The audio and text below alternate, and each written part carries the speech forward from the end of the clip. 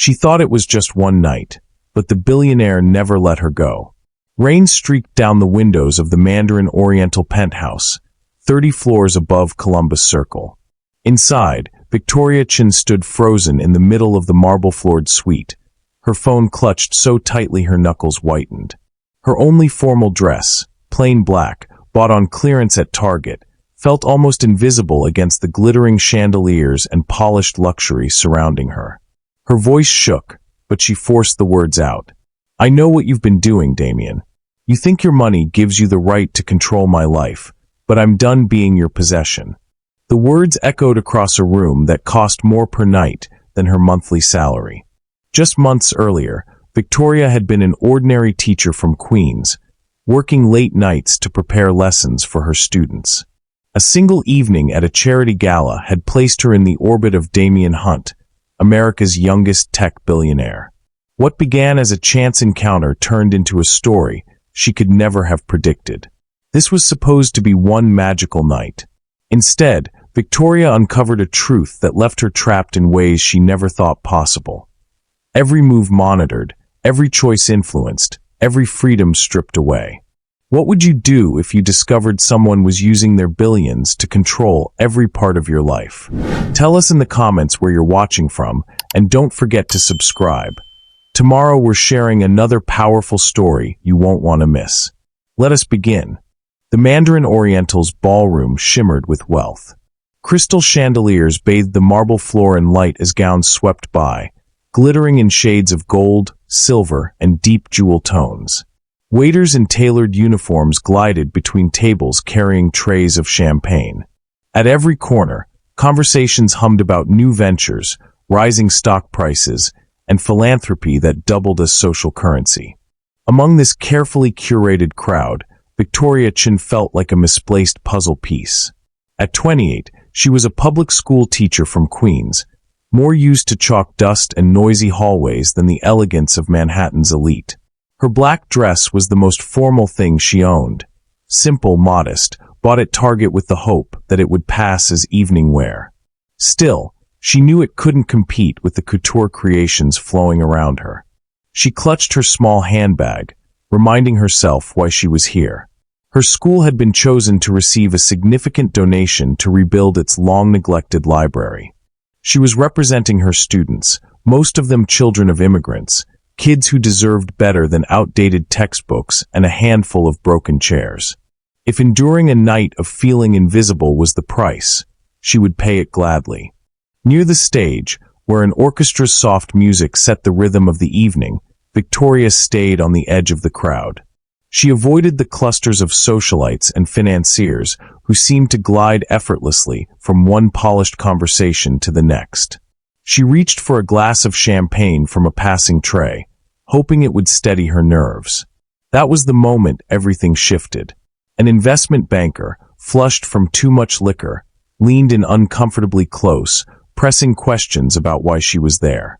Stepping back quickly to escape, Victoria collided with someone behind her. The champagne tilted, spilling across the shoulder of an impeccably tailored Italian suit. Golden bubbles soaked into fabric that probably cost more than her monthly rent. "Oh my God, I'm so sorry." Victoria's words tumbled out as her face burned with embarrassment. She grabbed napkins from a nearby table, dabbing frantically. "I'll pay for the cleaning, I promise." The man she had bumped into didn't snap at her or wave over security. Instead, he looked down, surprised but faintly amused. His sharp features softened as he raised a hand, stopping her nervous apology. "It's just a suit," he said, his voice low, confident. "Don't worry." For the first time, Victoria looked directly at him. Damien Hunt. Even she recognized the name. 34 years old, the founder of Nexus Systems, a tech company valued at nearly $50 billion. His software powered Wall Street's trading platforms and the smartphones people carried everywhere. A man whose face appeared regularly on magazine covers, praised for his brilliance and feared for his influence. Yet here he was, smiling at her, his assistants and security detail frozen at a distance, waiting for his signal. "I really am sorry," Victoria repeated, her Brooklyn accent slipping through. "I wasn't paying attention." "No harm done," he replied. His tone wasn't dismissive, just curious, almost as if he wasn't used to people treating him like an ordinary human being. Moments later, he gestured toward the terrace doors. "Would you like some air? It's less crowded outside." Victoria hesitated. A part of her wanted to retreat into anonymity, but another part, the teacher who told her students to be brave in unfamiliar situations, nodded. "Sure." The terrace overlooked Central Park, glowing under the city lights. Rain fell steadily, streaking the glass doors behind them, but under the canopy it was dry and quiet. The noise of the gala faded to a distant hum. For the next 20 minutes, conversation unfolded with unexpected ease. Damien asked about her students, and Victoria found herself speaking passionately about the daily challenges of teaching in an underfunded system. How her kids worked hard despite broken heaters in winter and outdated resources. Instead of the polite nods she expected, Damien listened. He asked questions, real ones, the kind that showed he was paying attention. In return, he revealed pieces of his own story, growing up in a trailer park in Ohio, teaching himself to code on an aging desktop, and building a company that consumed his 20s and left him both celebrated and profoundly alone. The contrast between them was striking. He had billions and global influence. She had a one-bedroom apartment in Queens and a stack of lesson plans waiting for grading. Yet something in their conversation bridged the gap. When a staff member stepped outside to let him know the auction was about to begin, Damien gave a slight nod but didn't move right away. His attention stayed on Victoria. By the time she finally excused herself, returning to the crowd with flushed cheeks and a racing pulse, she told herself it was nothing more than a surreal moment. A strange, fleeting interaction with a man who lived in a different world. But for Damien Hunt, the moment marked the beginning of something else entirely. At first, Victoria thought it was coincidence. One Sunday morning, as she settled into her favorite corner table at a coffee shop in Long Island City, she noticed Damien Hunt standing at the counter. He ordered a cappuccino, thanked the barista by name, and caught her eye with a polite nod before sitting a few tables away. She brushed it off. New York was vast, but people crossed paths. 2 weeks later, she celebrated her birthday at a modest Italian restaurant in Little Italy with a few close friends. The candles on her cake had barely gone out when the door opened, and Damien walked in with 2 associates. Again, he greeted her casually, as if fate had arranged the meeting. By the time he appeared at a teachers' conference in Albany, Victoria's doubts grew. He explained his company was developing education technology and that he had a personal interest in supporting public schools. His words were smooth, his timing flawless. She felt both flattered and unsettled, unable to ignore the sense that these weren't coincidences at all. What followed erased any remaining doubt. A package arrived at her school, a set of first edition books, each carefully chosen to inspire her students. Their combined value exceeded her monthly salary.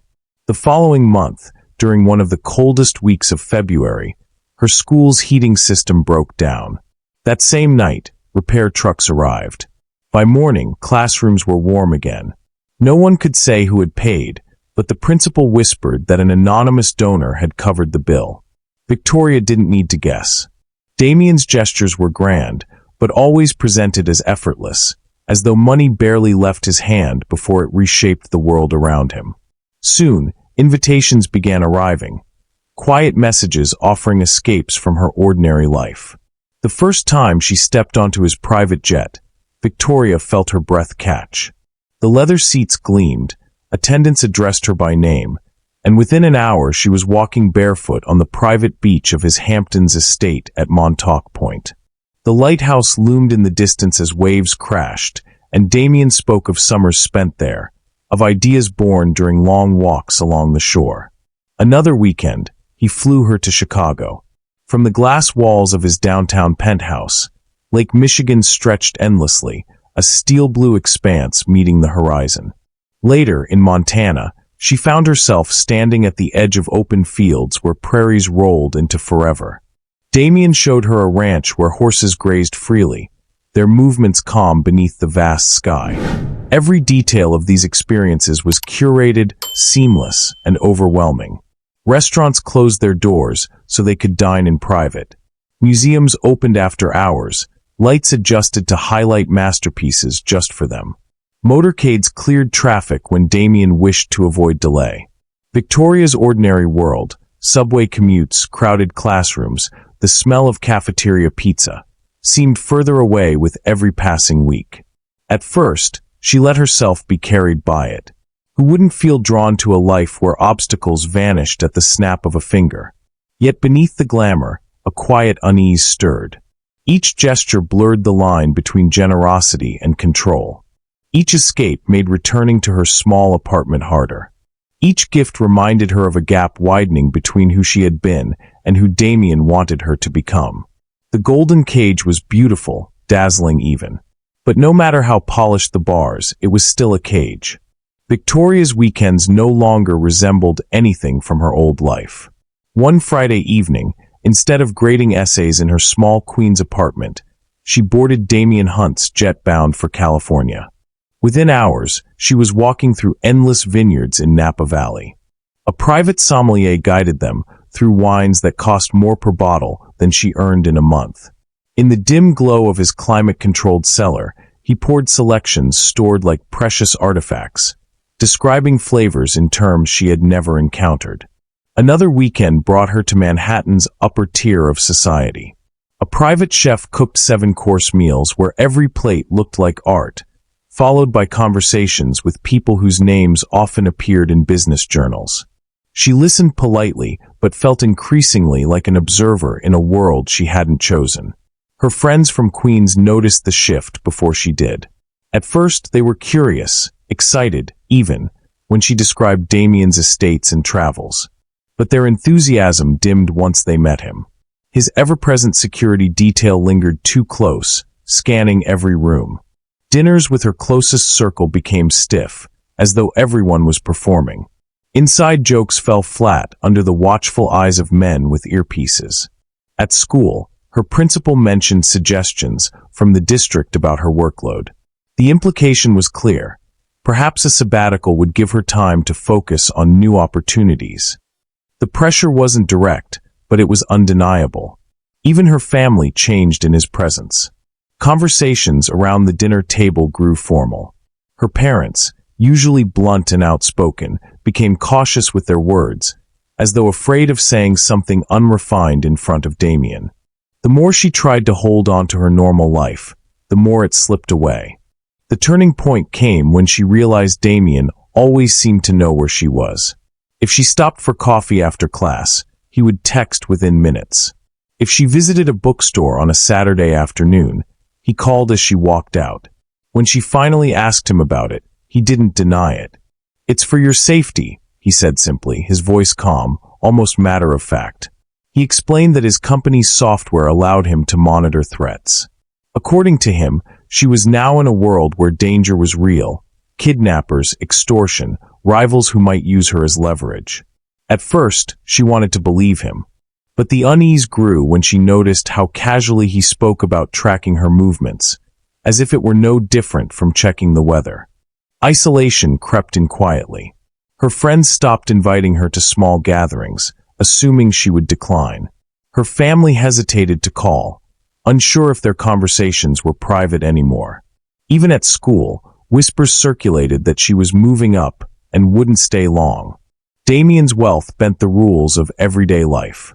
When he wanted quiet, an entire restaurant emptied at his request. When they traveled, airports shifted schedules around his jet. Wherever they went, the world adjusted for him. For Victoria, it was both breathtaking and suffocating. Every luxury was flawless, but the cost was invisible: her independence. The more time she spent in Damien's world, the harder it became to recognize her own. It started with a conversation in the stairwell of her apartment building. Mrs. Alvarez, who had lived on the 3rd floor for more than 30 years, pulled Victoria aside. Her voice carried both worry and exhaustion as she explained that the landlord had sold the building. Notices were arriving about renovations, upgrades, and eventual adjustments to rent. The families who had built their lives there, nurses, mechanics, delivery drivers, knew what those words meant. They would be forced out. Victoria's stomach sank. That evening, she searched property records online, her heart pounding as the truth appeared in front of her. The buyer wasn't some faceless developer. It was a shell company tied directly to Damien Hunt. She confronted him the next weekend, at his Napa Valley compound. They were standing in his glass-walled wine cellar, rows of $1,000 bottles glowing under perfect lighting. Her voice shook, but she forced the words out. "You bought my building. My neighbors are being pushed out. Families who've lived there for decades gone." "Why?" Damien barely blinked. "You'll have better places to live," he said smoothly, as if it were a gift. "That building isn't worthy of you." The dismissal chilled her more than any threat could. In that single sentence, he revealed how he saw the world, not as people with histories and struggles, but as variables in a grand equation. If something stood in his way, he removed it. If someone didn't fit, he replaced them. From that point forward, the patterns became impossible to ignore. His gifts, no matter how dazzling, came with expectations. The books for her classroom meant he had the right to suggest how she should teach. The repaired heating system became leverage for him to remind her of the protection only he could provide. Every grand gesture was a trade disguised as generosity. Even his so-called protection felt like control. The tracking software wasn't about safety, it was about access. He didn't just want to know where she was, he wanted to make sure her time, her choices, her freedom, all flowed back to him. The more she replayed their interactions, the clearer it became. His love was never about her. It was about ownership. Damien had spent his adult life building an empire by optimizing processes, controlling outcomes, and eliminating risk. He applied the same methods to their relationship, calculating, managing, engineering. But relationships weren't companies. Love couldn't be scaled, or measured, or controlled into submission. What had once seemed enchanting now revealed itself as suffocating. The luxury trips, the private dinners, the rare books, the whispered promises. All of it was a system designed to mold her into someone who belonged entirely to him. For the first time, Victoria allowed herself to step back and see it clearly. She wasn't being cherished. She was being absorbed into a world where her independence, her voice, her very identity were being overwritten. And in that clarity, the first spark of defiance returned. The moment of clarity struck Victoria like a physical blow. She had spent months convincing herself that the compromises were worth it, that maybe she could adapt to the gravity of Damien's world. But after discovering he had quietly bought her building, displacing families without a second thought, she realized what she had mistaken for devotion was nothing more than control wrapped in glitter. That night, sitting alone in her tiny apartment, soon to be another of his conquests, she made a decision. She wanted her life back. She wanted to walk the streets without security details hovering nearby, to sit in a cafe without someone discreetly monitoring her phone, to teach her students without her every lesson linked to a billionaire's brand. True love didn't suffocate, it respected boundaries. It celebrated independence. But Damien wasn't going to let go so easily. Within a week of her withdrawal, his influence began closing in again. Her school received an anonymous 7-figure donation, though everyone knew whose name was attached behind closed doors. Overnight, she was presented with prestigious private school job offers, headmaster calls gushing about the incredible recommendation they'd received. It was all orchestrated to remind her that no matter how far she tried to step away, his network reached deeper, faster, broader. The manipulation became subtler, more calculated. Expensive gifts arrived without warning. A watch engraved with her initials, an antique typewriter once owned by a famous author, even a new car delivered to her block with a handwritten note taped to the steering wheel. Each one carried an unspoken expectation. Accept, and you step closer to me. Refuse, and you insult me. Conversations twisted into decisions made without her input. Dinner plans transformed into private flights. A casual mention of needing new shoes turned into entire designer collections waiting at her door. When she expressed discomfort, Damien tilted his head with genuine confusion. "I'm just giving you the best," he'd say, as though she were ungrateful for rejecting luxury she never asked for. Even her friends began to feel the strain. Brunch invitations dwindled after one too many uncomfortable encounters with suited drivers outside cafes. Her family, once casual and open, grew cautious. Conversations tiptoeing around the presence of wealth they didn't understand. She was becoming an outsider in the very communities that once grounded her. But Victoria wasn't powerless. She began quietly reclaiming pieces of herself. She refused the job offers. She returned unopened packages. She reconnected with colleagues at her Queen's school, spending long hours grading papers in the teacher's lounge rather than dining under chandeliers. She called her brother in Brooklyn and insisted on meeting at their mother's kitchen table instead of Damien's rooftop garden. Her strategies weren't grand, but they were deliberate. Each step was a reminder, to herself, more than to him, that she had agency, that she could still choose. She clung to her authenticity the way some cling to oxygen, aware of how easily it could be smothered if she faltered. Still, she could feel the walls pressing closer. Damien wasn't a man accustomed to resistance. His world revolved around control, precision, and outcomes. In his mind, Victoria was no different from a startup acquisition, something valuable to be integrated and reshaped until it suited his vision. And yet, despite the pressure, she refused to surrender. In the quiet of her apartment, as eviction notices mounted for her neighbors, she drew strength from the very thing Damien couldn't buy. Her conviction that freedom was worth more than any penthouse or private jet. For the first time since meeting him, she was no longer mesmerized. She was preparing to fight. Victoria began to study Damien the way she once studied her students, closely, patiently, trying to understand what shaped his choices. The more she observed, the more she recognized a pattern.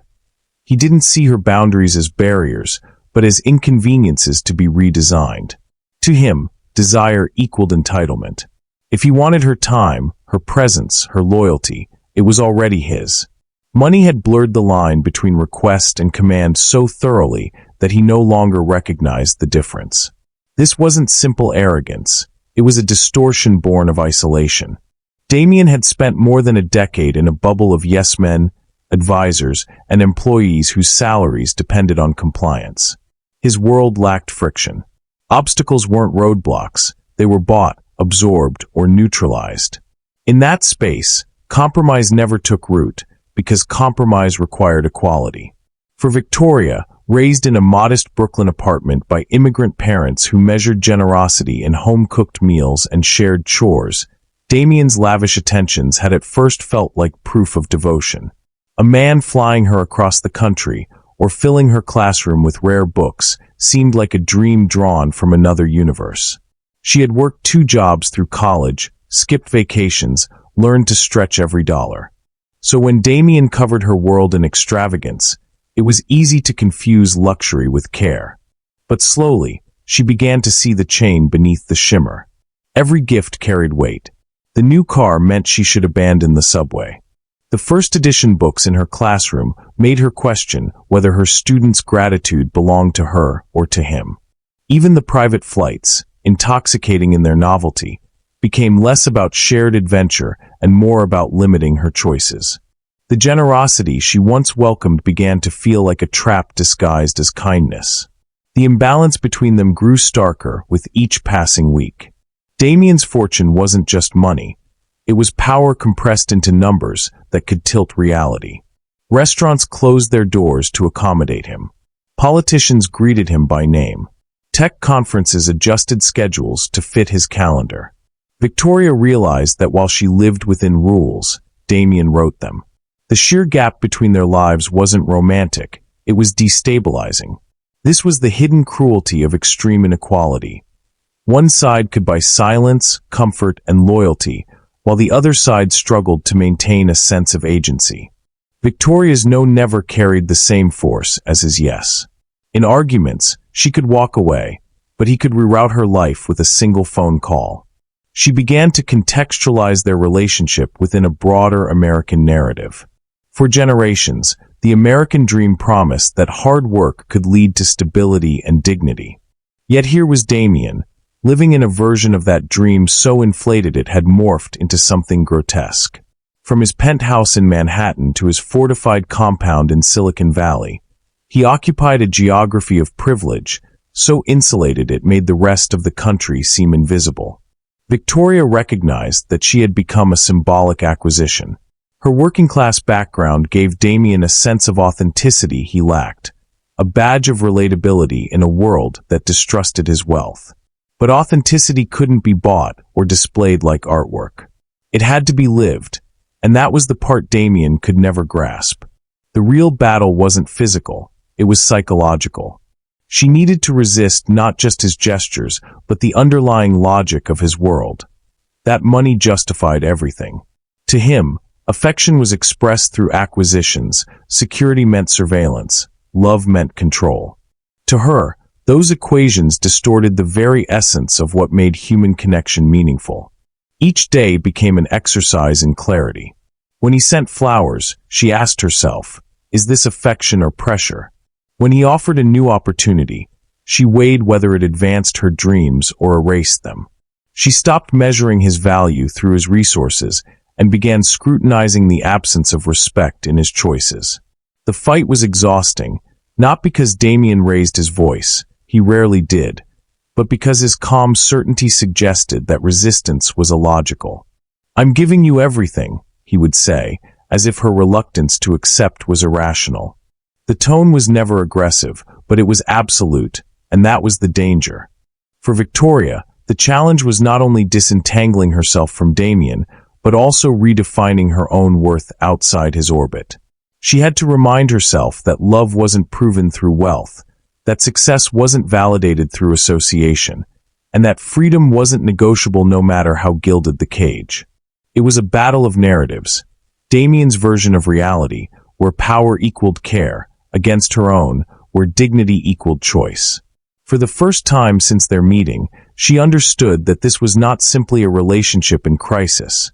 It was a confrontation between two incompatible definitions of love. And she knew she had to choose hers. Damien's last attempt to hold on to Victoria did not come with shouting or slammed doors. It came with precision, like everything in his life, measured, calculated, delivered through networks of influence.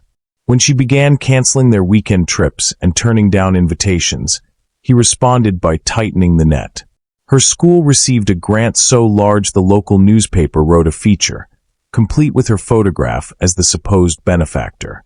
Recruiters from elite private academies reached out with job offers she never applied for, each carrying Damien's fingerprints, even if his name was nowhere in sight. It was a strategy designed to remind her that resistance was futile. Every opportunity, every advancement, every solution seemed to flow through him. The message was clear. Life outside his sphere would be small, inconvenient, filled with struggles he could easily erase. But Victoria had reached her limit. She saw the machinery behind the gestures, the way generosity had hardened into possession. What had once been intoxicating was now suffocating. She refused the job offers. She told the newspaper the donation had not been her doing. She even stood in front of her colleagues and admitted the truth. "I don't want to be someone's accessory. I want to be a teacher, on my own terms." Damien's response was not anger, at least not in the way most would expect. He invited her to dinner at his Manhattan penthouse, the same place where he had first unveiled the city skyline as though it were his private stage. But this time, instead of soft charm, he leaned on persuasion sharpened into an ultimatum. "You don't have to struggle," he said, voice steady, almost tender. "Everything you've ever wanted, I can provide. A better home, better tools for your students, security for your family. Why throw all that away for an idea of independence that doesn't exist?" Victoria listened, her hands resting on the linen tablecloth, the weight of his question pressing heavily. She realized he truly did not understand. For Damien, the choice was between comfort with him and chaos without him. He couldn't fathom that freedom, even messy, imperfect freedom, was worth more than anything he could buy. Her answer came slowly, but without hesitation. Because love isn't a transaction. You can't purchase loyalty. You can't manufacture devotion. What you call protection feels like control. What you call love feels like ownership. And I won't live like that. For a moment, silence filled the room. Damien's expression barely changed, but the flicker in his eyes betrayed a truth. He had never been told no in a way that carried weight. He was used to negotiations ending on his terms, problems dissolving under his checkbook, people bending to the gravity of his wealth. Her refusal was not just personal. It was a rejection of his entire worldview. He tried one last angle. You think walking away makes you free? Out there, you'll face bills, exhaustion, limits. With me, those things disappear. Victoria met his gaze. Limits are what make life real. They give meaning to choices. Without them, nothing matters. You live in a tower, so high you can't see the ground anymore. But I need to keep my feet there. That was the turning point. Damien leaned back, realizing the conversation was no longer negotiation but closure. His wealth, vast as it was, could not penetrate the wall of her conviction. For the first time, his resources were useless. The confrontation ended not with theatrics, but with finality. Victoria stood, thanked him for dinner, and walked out. No guard stopped her, no locked doors appeared. The restraint was not physical. It never had been. It was psychological. And breaking free of that cage required only one act: refusing to accept the terms. The true victory was not escape, but clarity. Victoria recognized that her worth had never been measured by what Damien could give. It had always existed, independent of wealth, untouched by status. Her decision to walk away was not just about rejecting him. It was about affirming herself. Damien returned to his world of glass towers and private jets, surrounded by people paid to agree with him. He would remain admired, feared, envied, but profoundly alone, never grasping why someone would choose limits over limitless wealth. Victoria, by contrast, stepped back into a smaller world, crowded subways, underfunded classrooms, family dinners where nothing cost more than it should, but one that belonged fully to her. It was not glamorous, not effortless, but it was hers, and in reclaiming that, she won. Victoria's return to her old classroom in Queens wasn't a retreat into the past. It was a step into a future defined by choice. The chalk-stained walls, the crowded desks, the broken pencil sharpener in the corner. These were not marks of limitation anymore. They were reminders of authenticity. She no longer viewed her small world as lacking. She understood now that it was real, grounded, and completely her own. Her students noticed the change.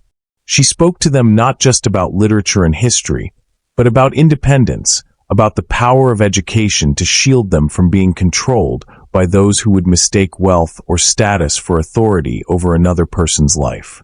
Knowledge, she told them one afternoon, isn't just for passing tests. It's the foundation of freedom. When you can think for yourself, no one can buy your choices. The lesson wasn't abstract. It was lived experience. She had been tested in a way few ever would be. Tempted by limitless luxury, pressed by invisible chains of generosity, nearly reshaped into someone unrecognizable. Now, standing before her class, she carried the quiet authority of someone who had faced that test and walked away with her integrity intact. The broader truth was undeniable. Manipulation rarely arrives with obvious threats. More often, it comes disguised as kindness.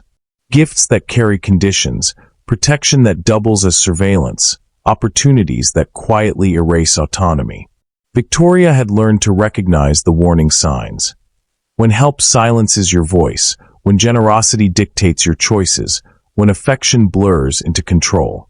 She began sharing those insights with friends and family as well. At Sunday dinners, she spoke about financial literacy in a way that went beyond budgets and bills. It's not just about dollars and cents, she told her cousins. It's about the cost hidden inside generosity. Ask yourself, does this gift expand my choices or reduce them? That's the real math of the heart.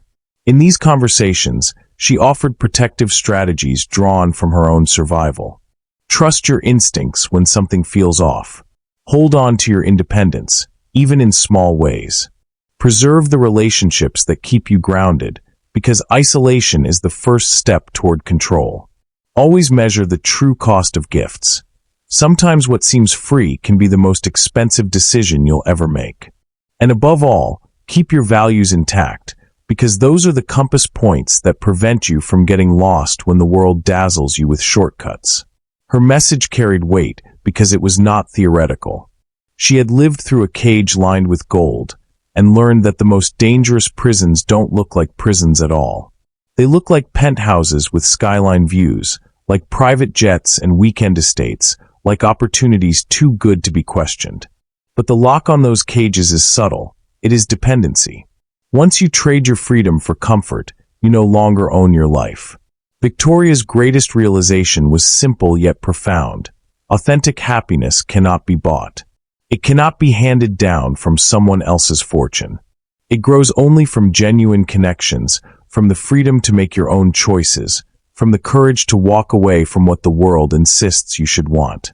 Damien Hunt would remain a figure of power, his name etched into skyscrapers and think tanks, his empire celebrated in glossy magazines. But his failure to distinguish between love and ownership left him isolated, a man surrounded by everything except the one thing he couldn't control, the will of another person.